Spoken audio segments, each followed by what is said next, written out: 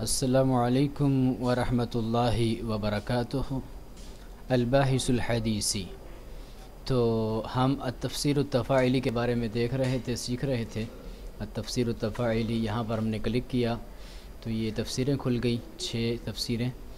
تو اب ہم نے اس تفسیر کے متعلق کچھ دیکھا تھا۔ اب یہ دوسری تفسیر ہے، المختصر فی التفسیر۔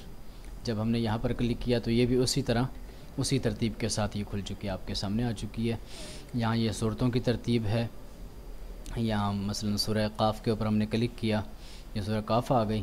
سورہ حشر کے اوپر کلک کیا، سورہ حشر آپ کے سامنے یہ کھل گئی۔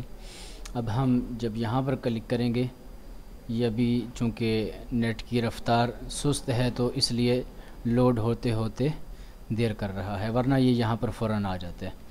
تو جیسے آپ کے نیٹ کی رفتار تیز ہوگی تو یہ جلدی آ جائے گا، سست ہوگی تو وہ سست کام کرے گا۔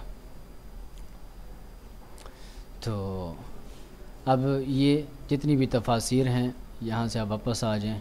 یہ مزید تفسیر جلالین آ گئی، یہاں کلک کریں تو یہ آپ کے سامنے یہ دیکھیں یہ آ چکا ہے۔ یہاں ہم کلک کریں گے تو یہ شروع ہو جائے گا۔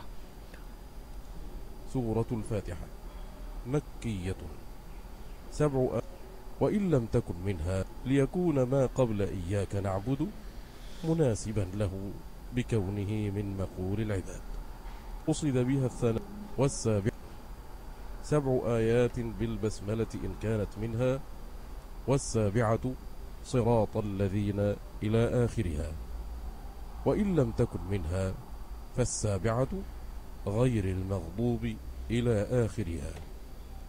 تو اس طرح یہ آپ تمام تفاسیر کے متعلق یہاں پڑھ بھی سکتے ہیں اور ساتھ میں سن بھی سکتے ہیں۔ سپیڈ آہستہ کرنی ہے تو اس بٹن پہ کلک کریں گے، سپیڈ تیز کرنی ہے تو اس بٹن پہ، واپس آنے کے لیے یہاں پر کلک کریں گے، اور جس تفسیر کو آپ نے کھولنا ہے وہ یہاں کلک کریں، اور یہ اگر فہرست غائب کرنی ہے تو یہاں پر کلک کریں۔